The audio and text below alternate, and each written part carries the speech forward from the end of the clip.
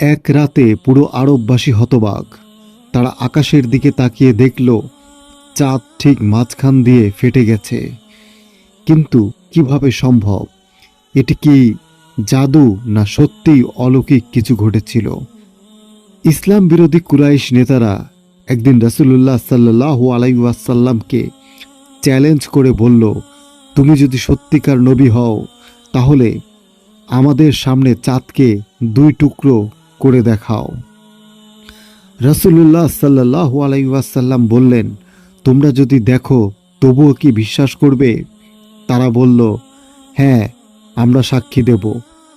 তারপর রাসূলুল্লাহ সাল্লাল্লাহু আলাইহি ওয়াসাল্লাম আঙুল উঠালেন আকাশের দিকে, আর সঙ্গে সঙ্গে চাঁদ ফেটে দুই ভাগ হয়ে গেল। একটি অংশ একদিকে, আরেকটি অংশ অন্যদিকে। এমনকি পাহাড়ের দুই পাশে চাঁদের টুকরো দেখা গেল। মানুষ আতঙ্কিত, বিস্মিত, কিন্তু কিছু কুরাইশ তখনও বলল, এটা তো জাদু। তারা বলল, আমরা তো জাদু দেখেছি, কিন্তু শহরের বাইরে যারা আছে তারা কি একই জিনিস দেখেছে? তারা দৌড়ে শহরের বাইরে গেল, আর বাইরে থেকেও অনেক পথিক সাক্ষ্য দিল, হ্যাঁ, আমরা আকাশে চাঁদকে বিভক্ত হতে দেখেছি। এই অলৌকিক ঘটনা আল্লাহ পবিত্র কোরআনে উল্লেখ করেছেন।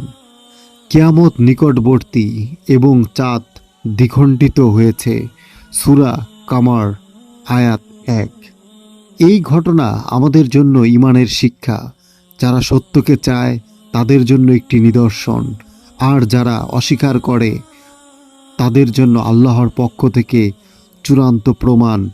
আপনি কি ভাবেন, এই অলৌকিক ঘটনা কি আপনাকে আরও ঈমানদার করে তুলবে?